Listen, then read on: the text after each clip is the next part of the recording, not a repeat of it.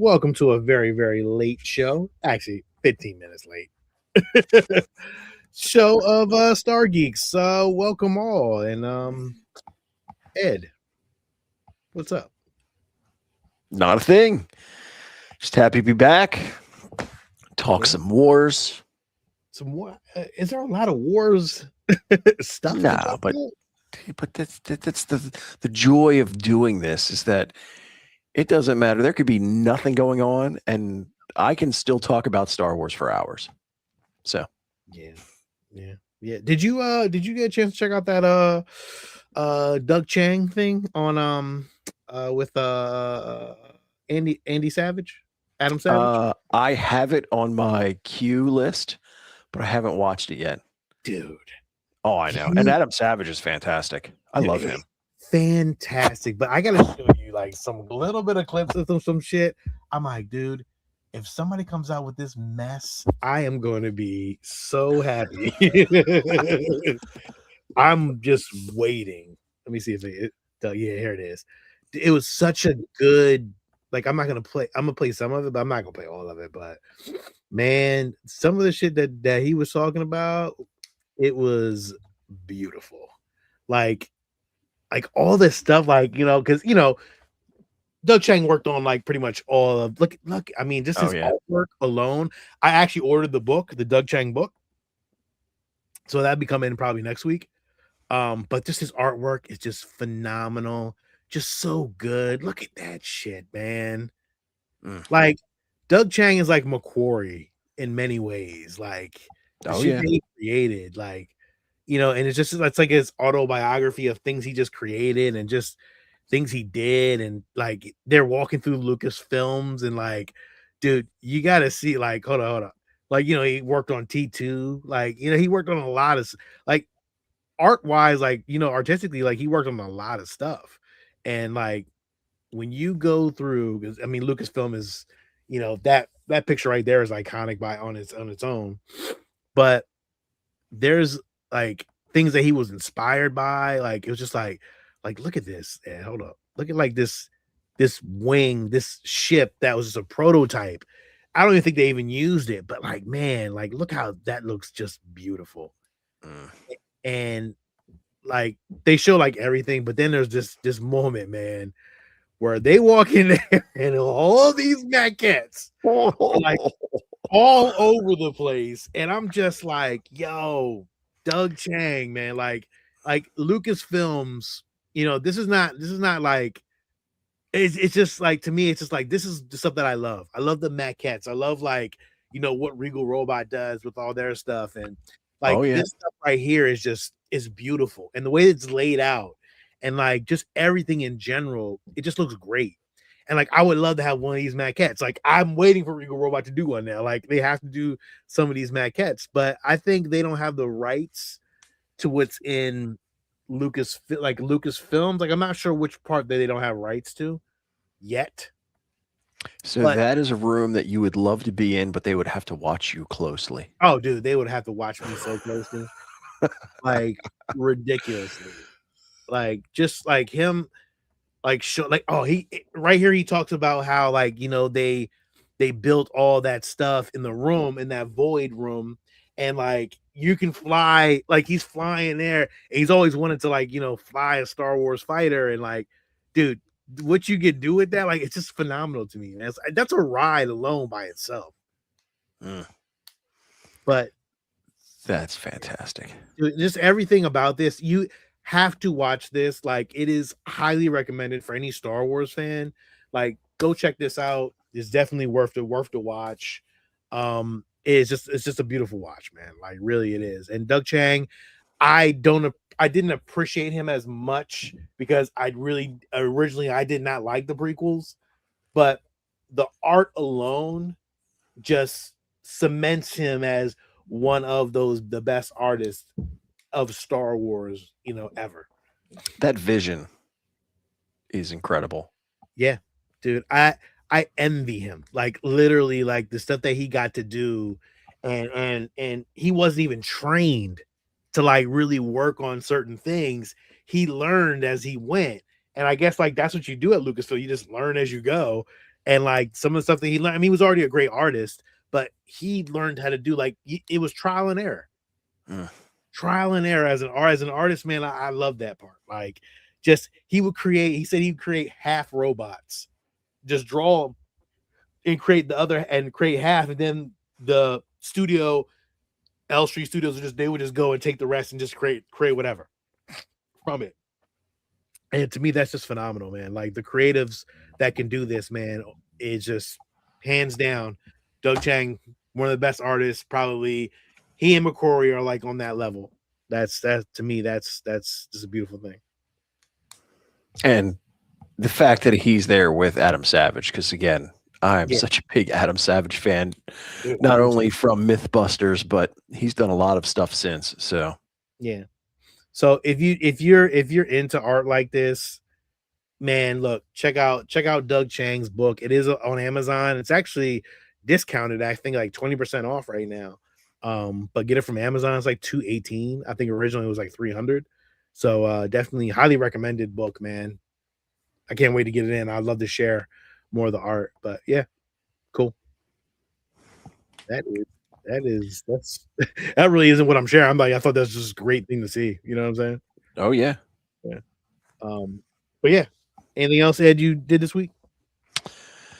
No, nothing out of the ordinary. Nothing Star Wars related?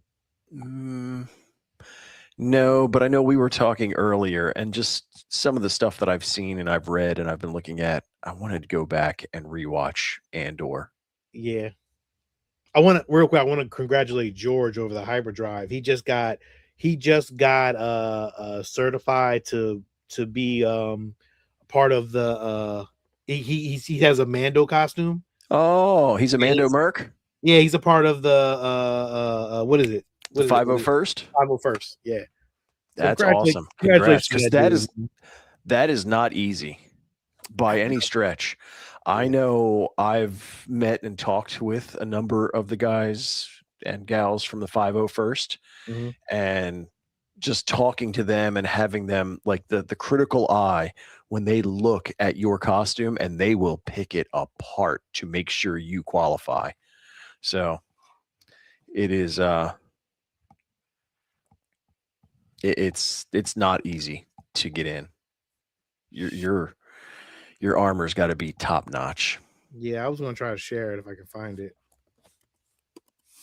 Shit, if he got it, I don't know if he had it on his page or not. So, oh yeah, here it is. I'll share it real quick. But congratulations to George, man. He deserves it, man. He's been working hard on that damn thing. Yep. Oh yeah, that's impressive. Yeah. So, yeah, very good, very cool. But congratulations to George. Yeah, that is it. Ed, I'll let you take it away. Yeah. Go ahead. Do you think? Let me play your audio. It's sometimes I forget Lilo and Steve are here. Sometimes I forget. But go ahead.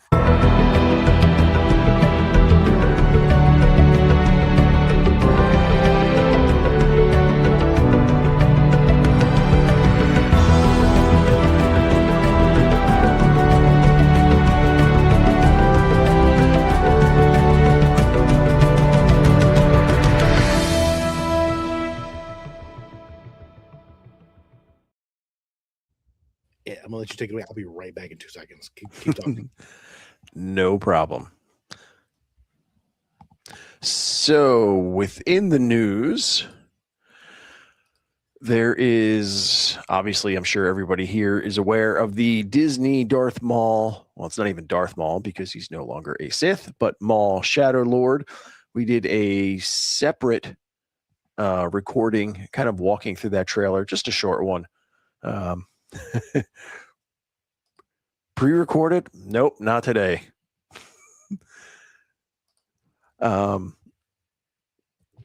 So with the Shadow Lord, again, check out that separate video that we dropped talking about that.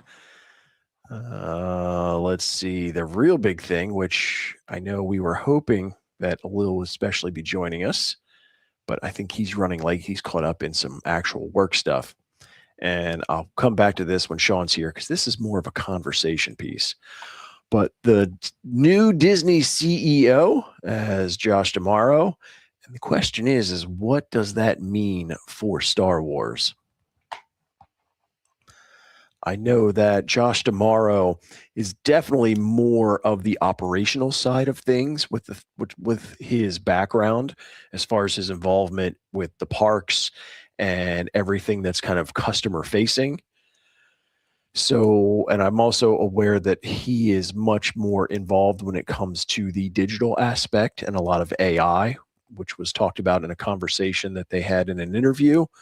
So, being that he's more involved in park type things and specific to the customer driven part, it'll be interesting to see how he views these different properties and things within Disney and drives that. I know Bob Iger was more in kind of the larger scale, kind of 50,000 feet view of it, which obviously we had some major acquisitions come under Iger's view. So I'm excited because I think with Josh's look, with how not only Disney, when it comes to Star Wars, but also Marvel and other things, how it all ties together with that customer facing aspect as far as parks and merchandising. So I think it will be good for all of these going forward.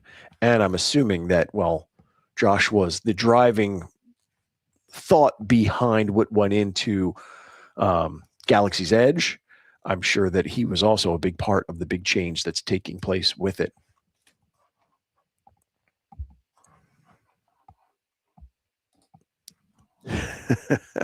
So, in Variety, Ryan Johnson says that he hopes Star Wars brings in fresh voices and filmmakers to tell new stories within the world. And, especially as Kathleen Kennedy exits, I know some people will think it's kind of cruel, but my take on it, who cares? Who cares about what? Anything Ryan Johnson has to say about Star Wars ever again. Like, hey, quit talking to him about it. Just let him do whatever he wants to do going forward. No, Destroy 77 is not pre-recorded, brother. Sorry about that, man. We see you, but we trying to do things differently. Sorry about that, brother. So I brought up the whole thing in the news with regards to Josh D'Amaro and his kind of background. Okay. What do you think? I don't know. I wanted to ask a little about this one because I agree. He actually met this guy, and I'm sure because nice of what he was responsible for when it comes to like the parks and the cruise ships. I mean, I'm not surprised he hasn't met him. I'm curious to see what happens with Star Wars when this guy takes over. I don't know. What has he done? Like he's done everything for the parks and everything like that, right? Yeah, he's more operational. You may be absolutely right. It may not be, nothing at all might change. True, Frankie. You're right. Nothing may fucking change at all, or it might change for the good. Who knows at this point? Like I don't know this guy. Like he doesn't really. His credentials are pretty much what he's ran the parks and stuff like that and the ships. So I don't know. I'm very curious though. Like it's like Bob Iger like stepped in for the last guy, so now he's stepping away again to another guy. So I'm like, is this gonna work? I don't know, man. I really don't know. I just hope good things happen. That's all I can ask for. Yeah. So Taika Waititi says that his Star Wars script tries to harness a little bit more of the fun from the original Star Wars series, which is no surprise given the kind of lighthearted nature his most recent projects have been.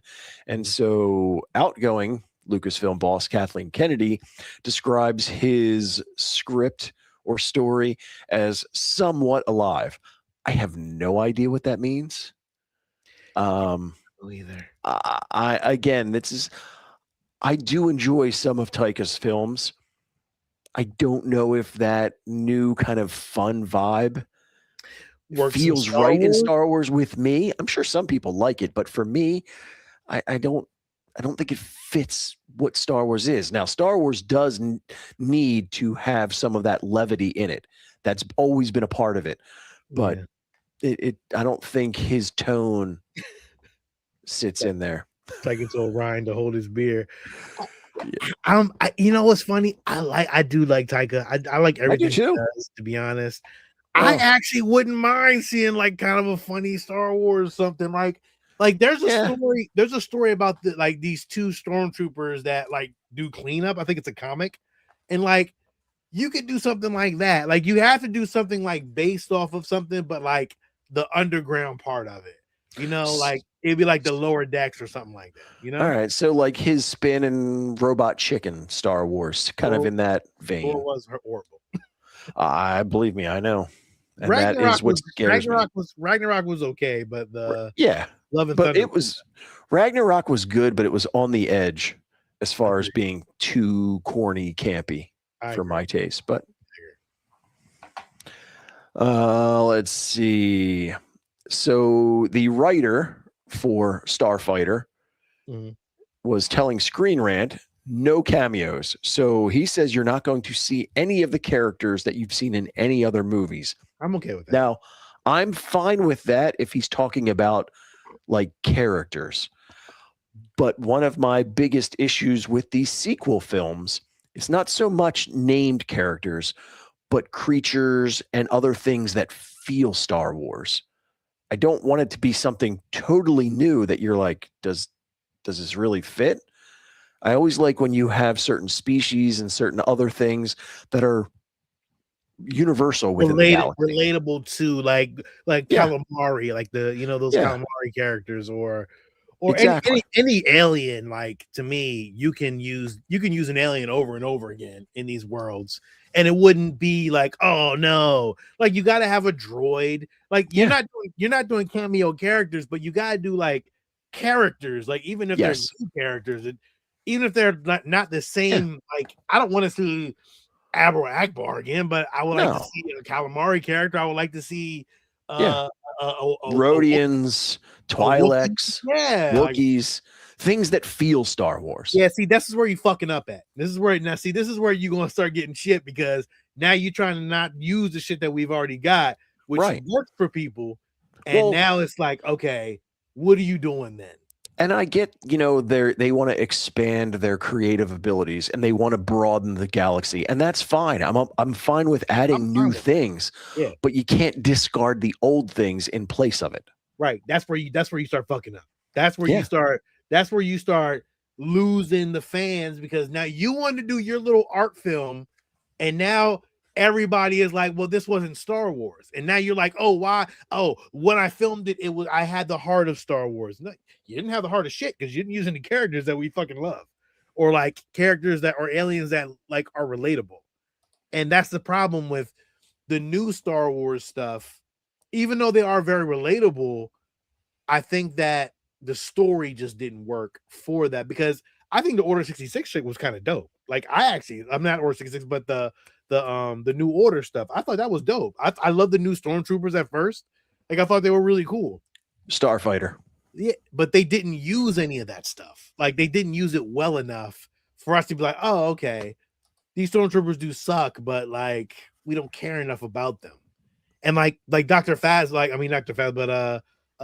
Captain Phasma. Like it was a great fucking character. That character was dope as shit. But the line, like they didn't do anything for the character at all.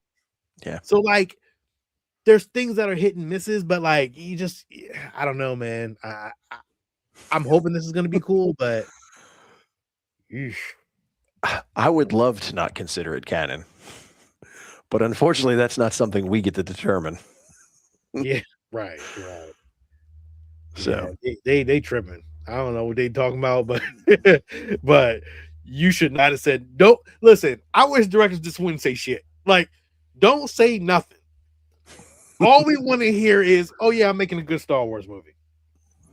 I think the fans is gonna love it. Yeah. Stop talking so much. I'm not doing any of this shit. Like, yo, you are going to kill your fan base, dog, and everyone's gonna hate this movie because you say dumb shit. Stop saying stupid shit. Yeah, don't feed the online trolls. Yeah, that's what you doing, man. Don't like, feed them.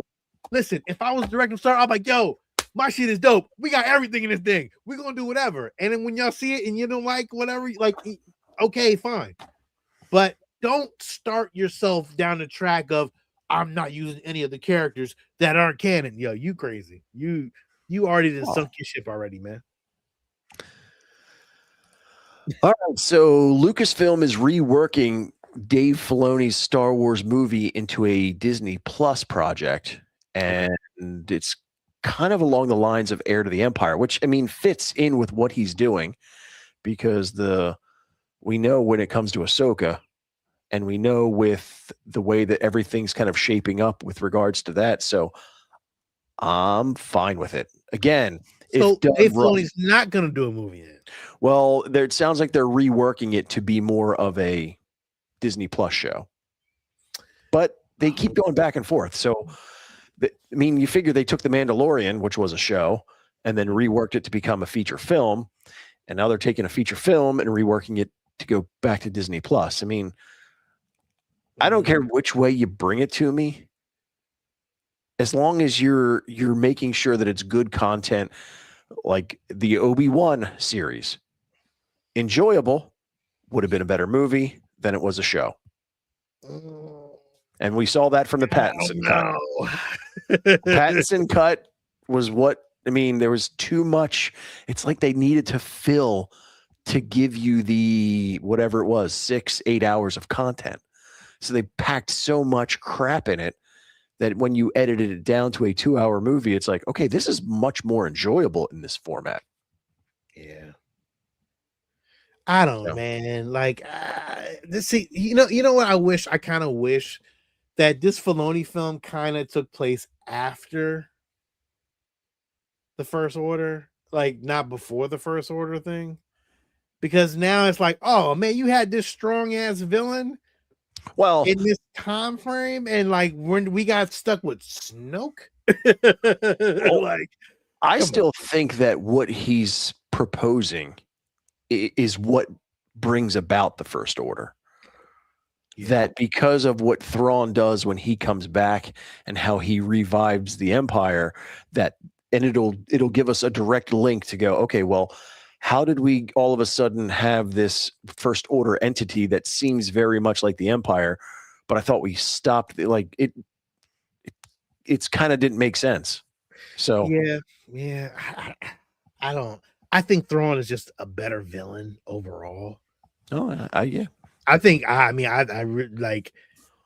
This could be just better than the whole sequel movies, like all. I mean, actually, that's not a high bar to set. I know, like let's be honest. I think at this point, the Mando universe is better than the sequel movies altogether. Right? I don't think that's a question. Yeah, I think if you take Mando, Ahsoka, and just kind of add those two together, like I think this is already better than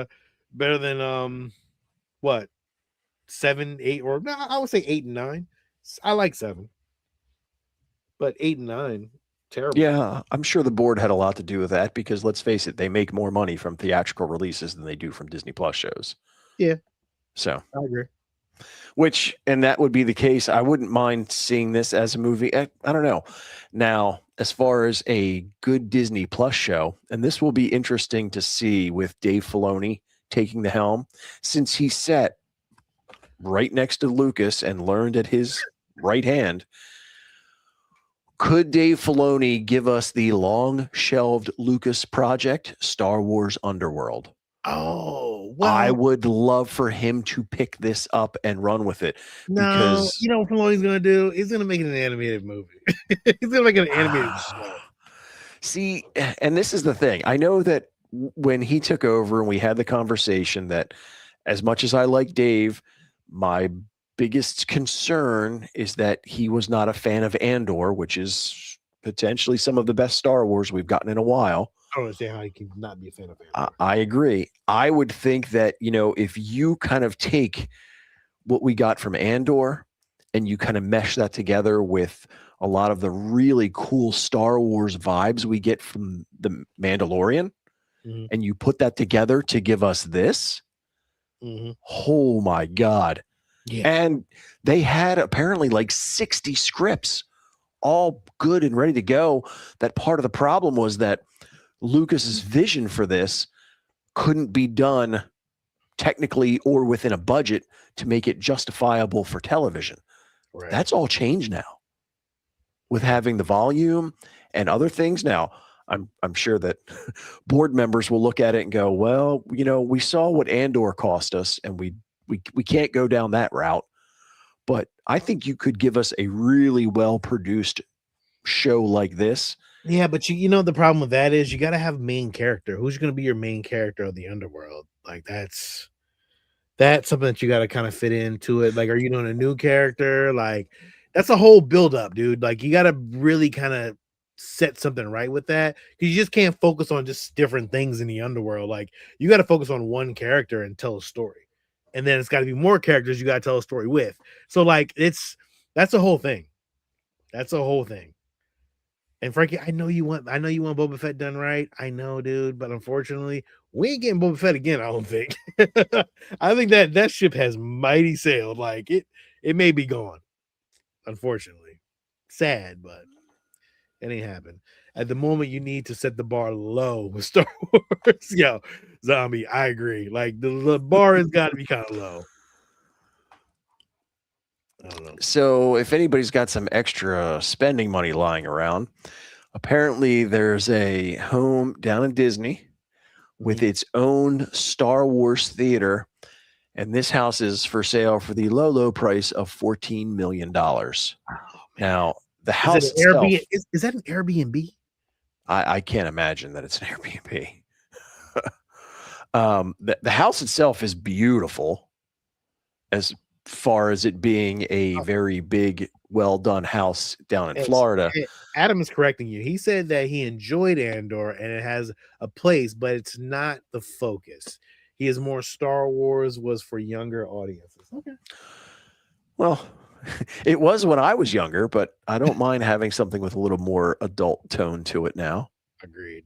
I mean, I'm fine with a mix. You know, we talked about that with some of the Marvel things, how, you know, they gave us different tones when the movies were really good. So, but check this out in this house. It is the geeks. And that is a theater room. Oh my God. That's nice. It is nice. Damn, that's nice as shit. Yeah. You gotta pay with Republic credits. The credits aren't good here. That is nice. God, something more real. So yeah. Is that the only picture you have? Yeah, it's the only one that I could find of that theater room. That's the front end, and that's behind it. Oh, that is nice. Kind of like the bar. I mean, goodness. Damn, that's nice. Yeah. Ed, I'm gonna need you to come over and start building that in the basement down here. Like, you know, we just start building shit. Well, this is the decor that I've always envisioned for the comic book store. Shit. Because, like I said, my vision for a comic book collectible toy store was I want it to feel like it's the comic book shop on the Death Star. Oh shit. That's always been the vision. You can build that shit too. I know you can build it. Oh, we'll build it. I really didn't see much in regards as far as collectible stuff. Mm-hmm. Can't figure out. Oh, there's my mouse. But there's not a lot out there. No, I didn't see with your maquette. I didn't see these the first time we talked about it. Oh, I didn't show those either. I'm okay. Yeah, I mean, no, but it kind of goes hand in hand with the maquette that I know you'll have before too long.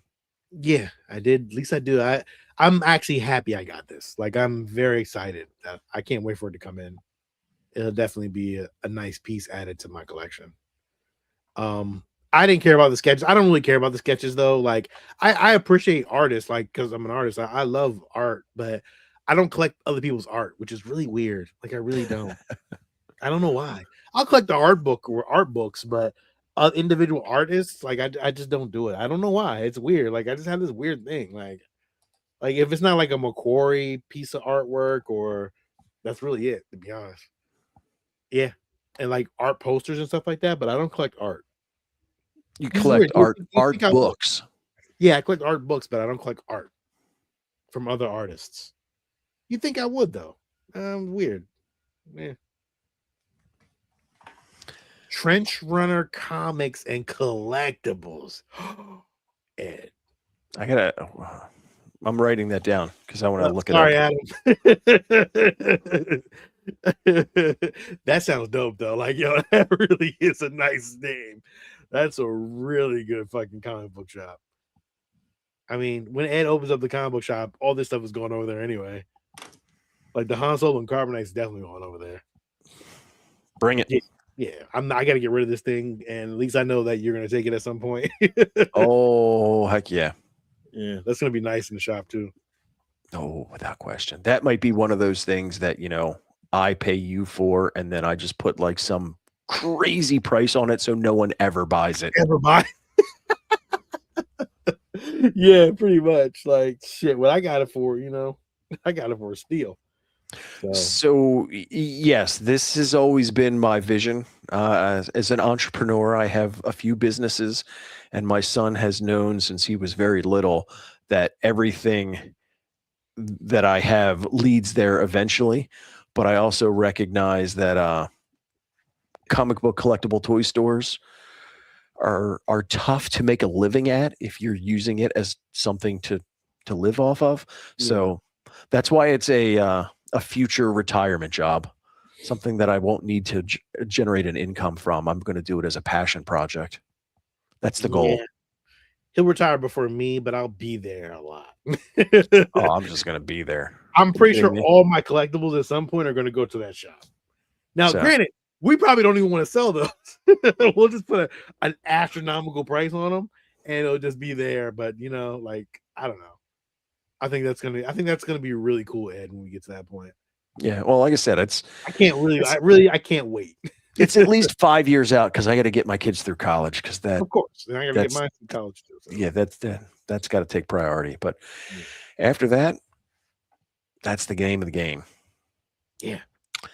So, other than that, I know, like I said, we covered this in a separate when we watched the trailer. We did. And walked through it. But I did put together, because it got me going down a rabbit hole of my own, just a little bit of background information about Darth Maul as it fits within canon. Because as we know, when it comes to Star Wars characters, there's canon and there's legend, and you can go deep on both. Yeah. But with regards to the canon aspect, so Maul is in canon. I was going to say, I just want to let everybody know Ed's about to open up a can of whip ass on the knowledge. So just be prepared for this. Okay. Yeah. Well, I mean, if I'm sure some of the folks here have read a bunch of the comics and are familiar with this, but for those who don't know, so Darth Maul is the child of Mother Talzin, and he has two other siblings. Yes. One of the sons of Dathomir. So so it's Maul, Savage, and Farrell. Now, when Maul is born, Mother Talzin recognizes that he is very powerful within the Force, and she's not the only one who notices it. So does Sidious. So he heads down to Dathomir to pay her a visit. The two of them kind of go at it and almost comparing powers and abilities, and they come to a truce, and Sidious kind of sells her on this idea of, we're going to work together. I wonder if they're going to show this in the Maul show. I would love some flashbacks. I would too. So he convinces her, like, we're going to work together and combine our powers, and he's doing it just to pull one over on her because he's basically there to steal Darth Maul. Well, Maul at the time. And because he does that and scoops him up and takes off into the galaxy, that's why she has such a hatred for him forever going forward. Now, in his raising of Maul, At one point, he takes him to Malachor, which is a planet that was the location of a huge Sith and Jedi battle. Mm-hmm. As they go, there's all of these bodies that are in various states of kind of destruction. Sidious has Maul breathe in the ash from one of the dead Sith warriors, and he kind of goes into kind of like a dreamlike state. Almost think of Luke in the dark side cave on Dagobah. And while there, he kind of gets transported and is experiencing the battle through all of these Sith warriors and feels all of the anger, all of the pain, being pierced by thousands of lightsabers. Damn. And in doing so, this, I think, becomes one of the fundamental points in Maul's character going forward. And this is why he has such a hatred and wants revenge on the Jedi. Is Maul being set up for a cinematic stuff, or is this like whatever the F that General Thrawn zombie stuff was about? No, Maul takes place before all that. Like during the Rebels time. Like before Rebels, actually, right? I would say during the Solo time, probably. Well, it's before Solo, because it will lead up to that. Yeah. Because he's the head of the Crimson Dawn. Correct. Okay. It's kind of giving us that backstory. Yeah. Cool. Darth Maul's double-sided lightsaber is inspired from Exar Kun. Exar Kun was apparently the first, because he was a very powerful Sith back in the day, the first one to both develop that double-sided saber technology and how it works. Apparently, it's extremely difficult to wield and is really meant for extreme offensive fighting styles. Oh, wow. Did not know that. So at some point, I'll probably go through and do and go into some of like an Exar Kun or other cool historic figures. No, bath time he's not going to be in any cinema stuff that we know of anyway. So Sidious tells Maul, you cannot use your saber, because again, part of his grand plan is Sidious is setting everything up to create all the conflict, to build the Empire. He does not want the Sith revealed, but he has Maul in all of his training and going off and doing things. Part of his training is going off and fighting some of the worst and most dangerous creatures in the galaxy with regular weapons, like Rathtars, just to hone those just kick-ass fighting skills that, while it was a really good lightsaber fight, we really didn't get enough of it. No, we didn't. So Sidious gives him a mission and says, you know what? These pirates took a Nemoidian who, because he's setting up the whole thing with the Trade Federation, he wants this Nemoidian rescued. Sends Maul off to do it. Maul makes short work of all of the pirates, just kicking all of their asses. One of the pirates apparently confuses Maul for a Jedi, because let's face it, nobody knows what a Sith is at this point in time. In the pirate's attempt to try to save himself, he tells Maul about a Jedi Padawan who was captured by the Xerius cartel, like another crime syndicate. Well, Maul, because of his hatred of the Jedi, and he wants to fight a Jedi so bad it's making him insane, he's going to go off and follow up on this himself. Now, in order to do so, he kills everybody, including the Nemoidian he's supposed to rescue. He follows the trail, ends up going to Nar Shaddaa, gets into a huge fight there. Again, can't use his lightsaber because he can't let anybody know who he is. Kicks a ton of ass, finds this Jedi Padawan, Eldra Katis, I think it's how it's pronounced. She's being held prisoner and she's being auctioned off. She gets sold, gets on a ship. Maul gets on the ship along with them because he's thinking, I'm going to go and Welcome aboard. Came in with a suit. I ran upstairs just so I could be here with you guys. Oh, I appreciate you. You didn't have to though, man. We're almost done. I figured I checked in real quick, and I don't know if you saw. I said hi on the message. There's some great audio comics here on the tube for these comic runs. Oh, thank you. I appreciate that, bro. Thank you. So she's the head of the crime syndicate that has sold that Jedi Padawan. She gets loaded onto the ship. Maul goes on there. Now, she's devious because what she does. Now, wait, my question to you is this the Padawan that is in the cartoon that's coming out? No. Okay. And I'll tell you why in a second. Okay, thank you. So the criminal underworld has this whole thing set up. So they sell her. So they make their money from the sale. They also sabotage the ship that she gets put on. So as they're leaving, they blow up a portion of the ship, forcing it to crash on a planet. Now, they don't know Maul's with her. And basically, she's also now selling the rights for bounty hunters to go to the planet to hunt this Jedi. So she's making money all sorts of ways. But Maul is now down on this planet with her. At first, the two of them work together to stop all these bounty hunters and to save themselves. But, the whole reason that Maul did this whole thing is that he's there to fight and kill a Jedi. So technically, she is the first Jedi in 1,000 years to know of the existence of the Sith. But she doesn't know it for very long because he kills her. Oh, yeah. Yeah, that's how we know it's not her. Enough said. Yeah. So he gets to do everything he wanted. He ends up going back to that cartel and kills all of them too, because he realizes there can be no one left alive who knows what he is and what he did. Because Sidious had warned him, don't you dare get yourself revealed or I will kill you myself.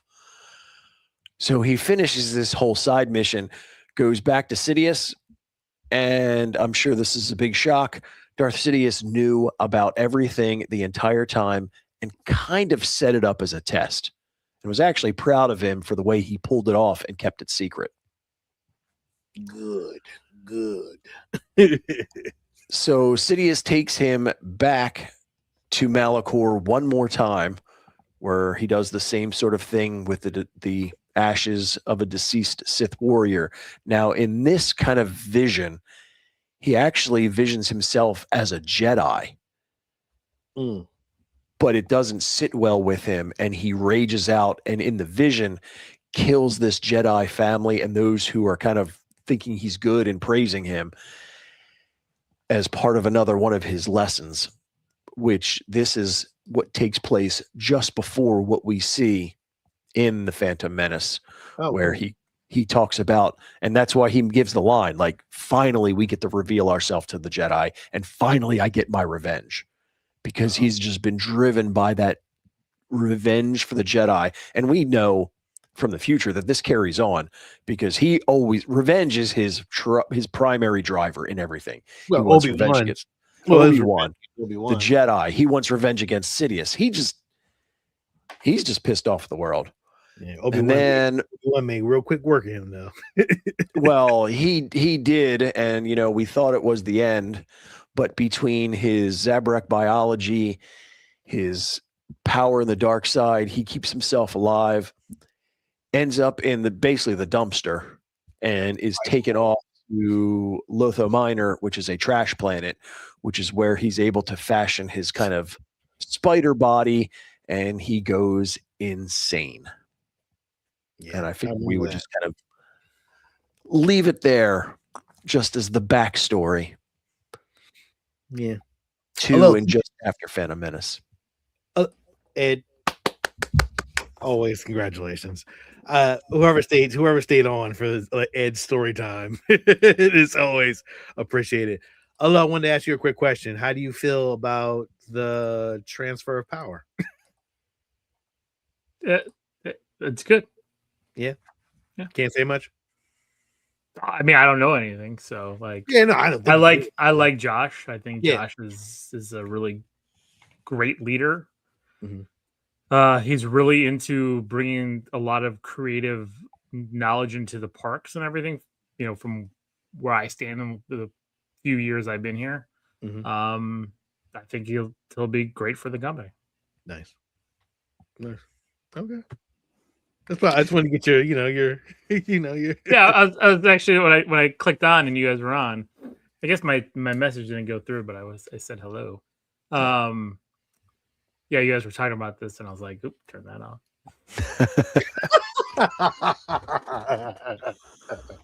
Well, we appreciate your insight, man. That's all.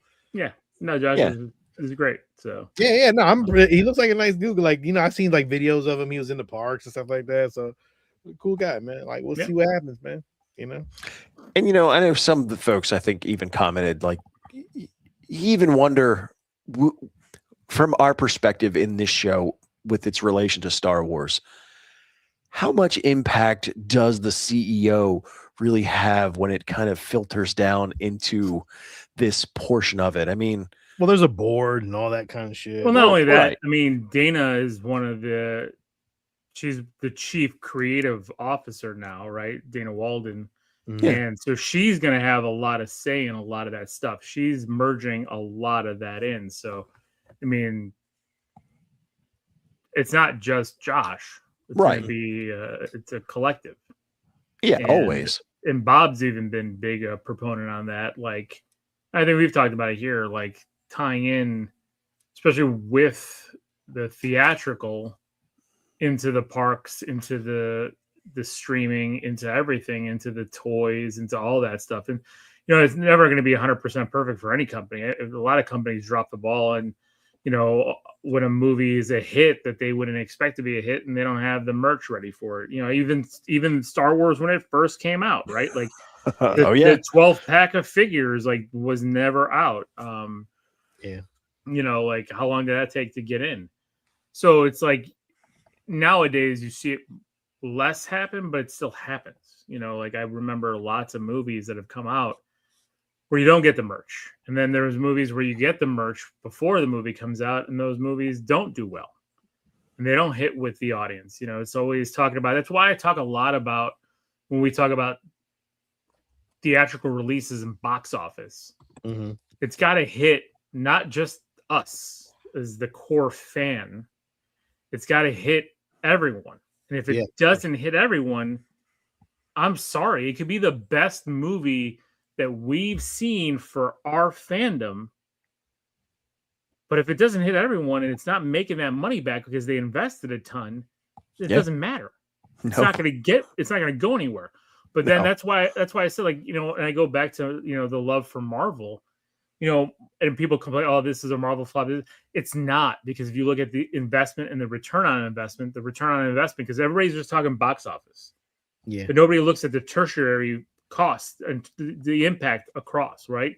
So with Disney, toys, figures, comics, movies, streaming, park impact, right? So you look at that thing all the way down, how many different levers are pulled.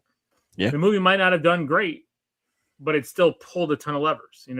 For a while there, I think Thunderbolts was like one of the highest streaming movies out there. And like, what does that bring? What does that value bring? And so I see it continuing. The parks are bringing in Monsters Land, Cars Land. Here you've seen the changes already at Disneyland, or the changes are coming to Disneyland for Star Wars, and I think that's just going to continue to brew. Right? It's not going to be all IP based, but a lot of it is going to be new IP that they're developing. And then IP, just like we just saw, I mean, Zootopia 2 is closing in on $1.8 billion. I haven't watched that movie yet.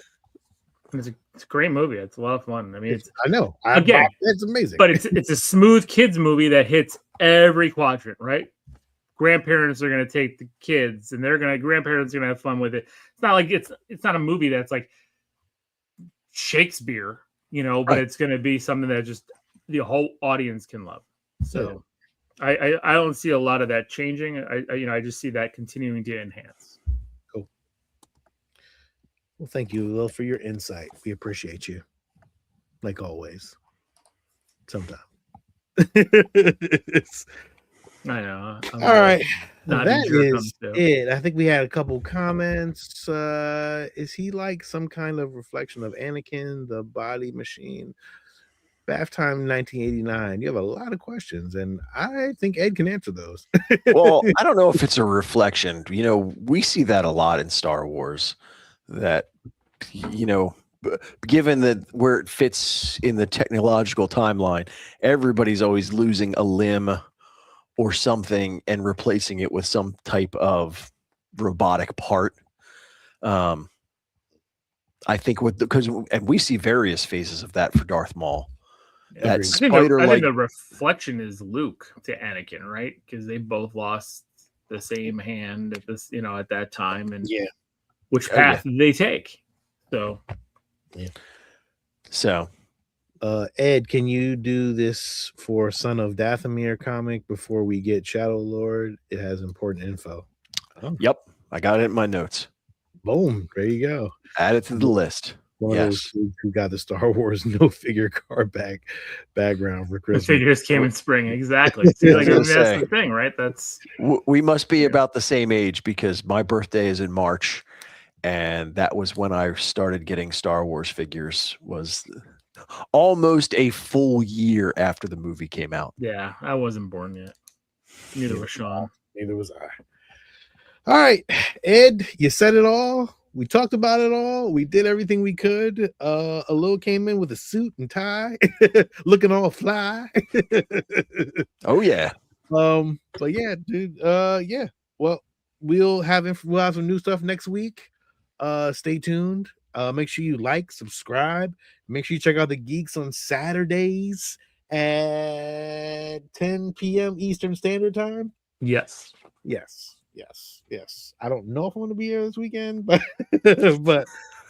I have decided to take every Saturday. Dude, I have a lot of stuff, dude. That Pittsburgh trip was brutal.